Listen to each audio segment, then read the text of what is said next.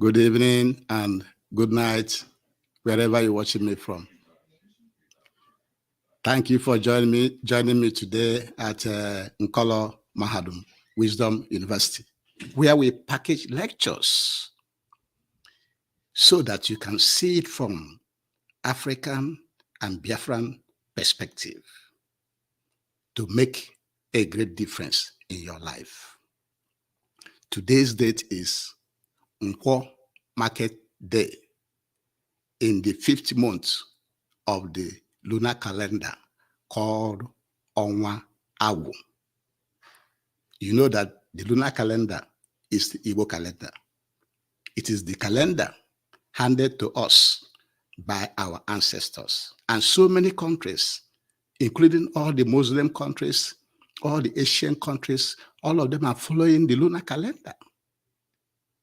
And we don't know why the foreign Roman Catholic calendar is being imposed on us. And today's date in the foreign Roman Catholic calendar is June 30th, 2024. You can see the title of our lecture today, which says that President Tinubu should first of all release Nnamdi Kanu from custody. Yes, President Tinubu should first release Nnamdi Kanu from custody because Nigerian government don't have any locus standi to try him at all. Plus the fact that on October 13, 2022, the Nigerian Appeal Court freed, discharged, and acquitted Mazi Nnamdi Kanu. And so he should release him first so that this negotiation they're talking about, he will be negotiating from the position of strength. When you keep him in custody to allow him to negotiate from DSS custody, then you are keeping him under duress. He will be negotiating from a weak position. And so the first thing the country should do with Tinubu is to first of all, free Nnamdi Kanu. There's benefits that the Tinubu and Nigerian government will have by freeing him. First of all, even though the world knows that Nigeria doesn't obey court order, at least this one, the world will see that they obeyed this one. This is a benefit for them. But if they continue to keep him under custody to negotiate from there, the world is also watching what is going on. So they should release him before negotiating for referendum. Because it's only referendum that will bring permanent solution for Nigeria, you know? And so, how do we negotiate? How did we get to negotiation? Because the Nigerian government and Alo Ejimako have seen that it is the only solution. The federal government violated international law by illegally renditioning Nnamdi Kanu, breaking international law, and bringing him back to Nigeria forcefully, and they even drugged him. So they don't have any power, they don't have any local standing to continue to try him. That's why they are coming up with this negotiating strategy. And in the case of Alo Ejimako have now agreed with IPOB and Barrister Ifeanyi Ejiofor and Mike Osekome that there should be no more trial, because there's nothing to try about. That Nigeria doesn't have any stand to continue to try Nnamdi Kanu. After all, what they are doing is bringing him to the court, putting him back, bring him to the court, bring him back. Why should we? When will that end? So For Aloy Ejimako and the federal government to finally realize that negotiation for referendum will be the best approach to bring all this drama to an end. Now, who will be on the table during negotiation? During negotiation, it is important the world knows that IPOB leadership under Mike Chike Doziem is the one that should be on the table during negotiation. Also, other notable Biafran sons and daughters who need justice, freedom, and equal playing ground and referendum should also be part of the negotiating team. And I will tell you why Aloy Ejimako should not be on the table during negotiation. Number one, he doesn't believe in the vision of Nnamdi Kanu. He's a family lawyer. He doesn't know anything about IPOB. He doesn't know what Nnamdi Kanu is fighting about.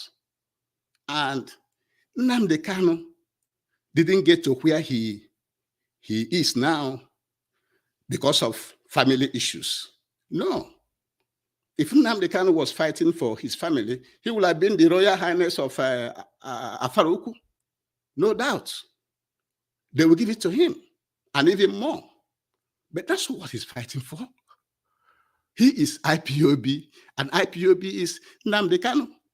So a lawyer like Aloy Ejimako, who doesn't believe in the IPOB leadership, led by the most trusted, one of the trusted leaders of IPOB, Attorney Chike Doziem, he shouldn't be on the table.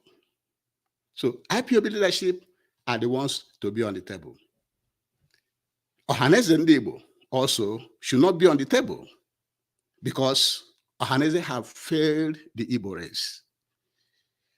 They have not brought any infrastructure to our land, no international airports, no seaports, no federal roads, and other federal projects.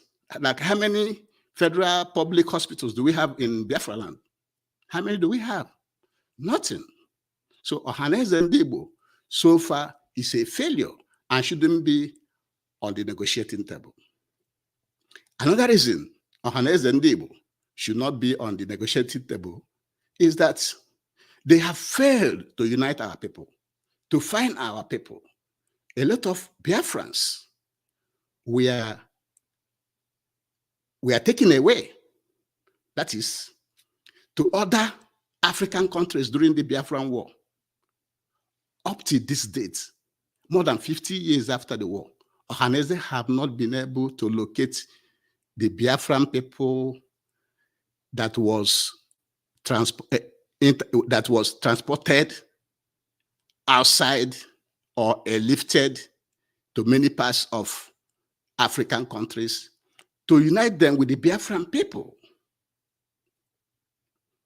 Even our people living in Guinea, there are those living in Senegal and others.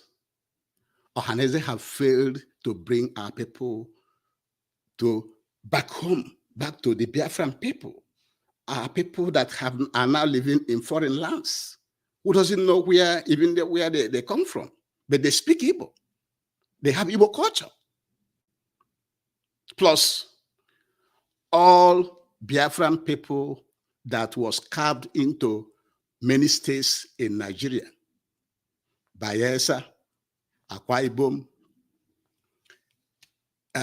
Benue, Rivers, Taraba, Kogi, and so on and so forth.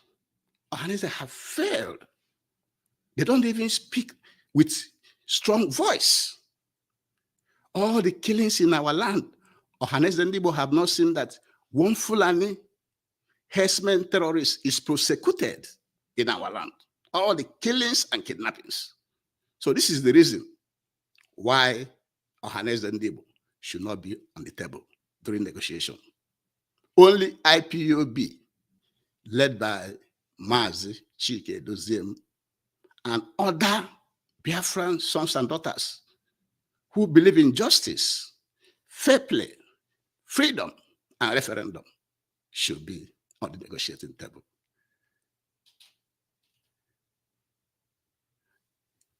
So Nkola Mahadum is suggesting that there should be two ways to negotiate. But before we go to those two ways, Nkola Mahadum is asking you please to subscribe to our YouTube channel. Follow us on Facebook, Twitter, like our program, share it to your friends, family members, children. For those who don't have internet, tell them what we are talking about here. This is what you have to know so that we can get our freedom through referendum. Now, the two ways the federal government can negotiate, they can decide to just negotiate with Nnamdi Kanu after he has been freed, and the IPOB leadership and other notable Biafran sons and daughters, or negotiate with every other ethnic nationality in Nigeria. Because we all know that before Nigeria was amalgamated by Lord Lugard in 1914, that's we are all living in our own nation states. Every nation is living on their own. The Yoruba nation are living their lives. The Biafran nations are living their lives. The other nations, the Hausa and others, they are living their lives. And there are some of the nationalities, I have to mention a few that they can call on the table. They can call the Biafran people, which includes the Ijaw, the Sekere, Isoko, Ibibio, Benin, Isako. They can call from North Central, Igala people, Idoma, Igbira, Jida Abu, Jaipal, Kantana, Chamba, Chala, Chikobo. Others like in the Northwest are Ayu, Kadara, Dandawa, Fulani, Pali. Others in the Northeast like Daza, Deno, Dandora, Dakakari, and even the Canaan-Burning Empire, the Kanuri people. Call everybody together to negotiate for referendum, because it's only referendum that will bring permanent solution to all these problems we are having in that geographical entity put together by the worst colonial country, Britain, in Nigeria. That's how to do it. So the takeaway from today's lecture, because we're going to be ending in a very few minutes, because as we know, we want to be keeping everything short so that you can have time to watch it, assimilate it, and take action. The summary of our today's lecture is that the federal government, led by President Bola Ahmed Tinubu, should first of all obey court order and withdraw releasing Nnamdi Kanu from DSS custody, because they don't have any local standing to even do any trial as they break a law, international law, to rendition him back to Nigeria.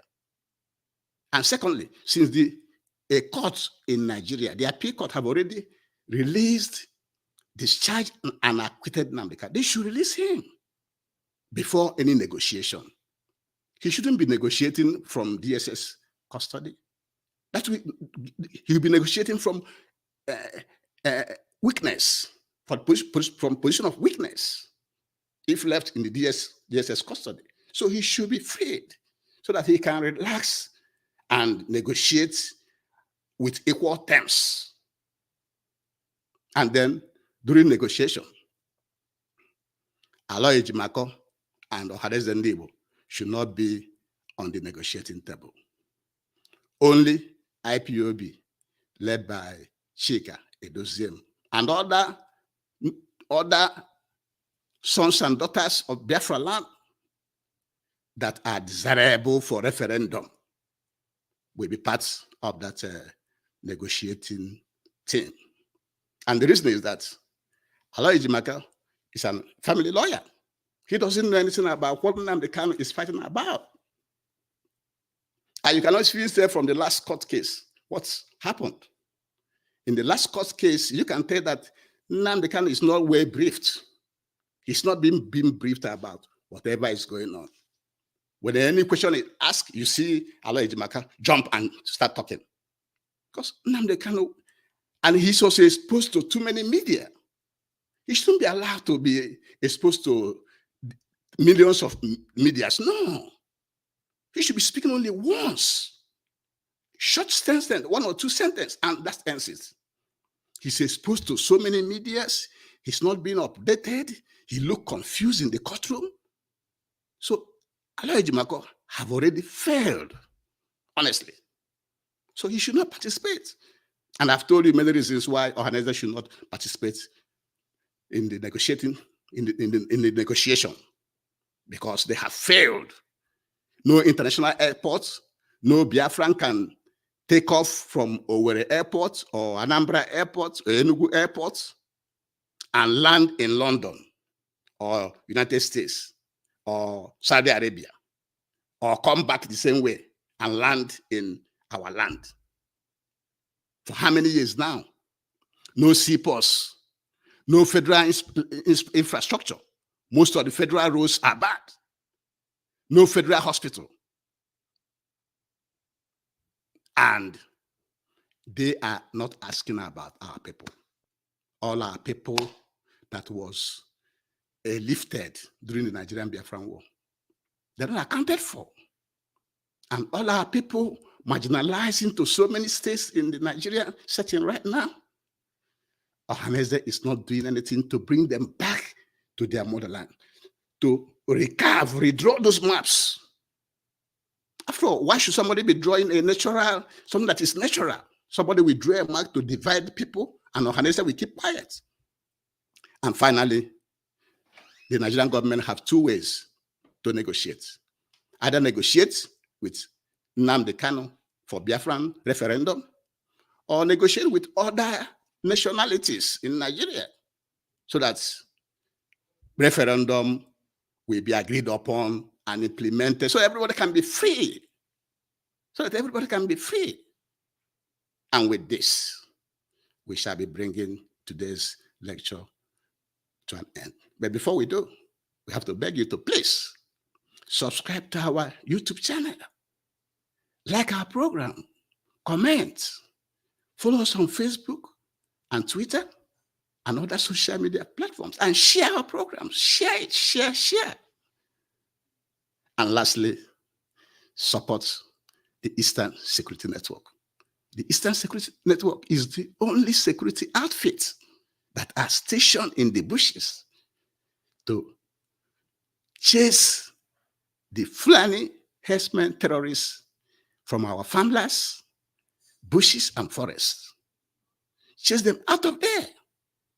If not, that's where they stay to plan for attacks, to kidnap, kill, maim our people, and grab land, take our land and resources.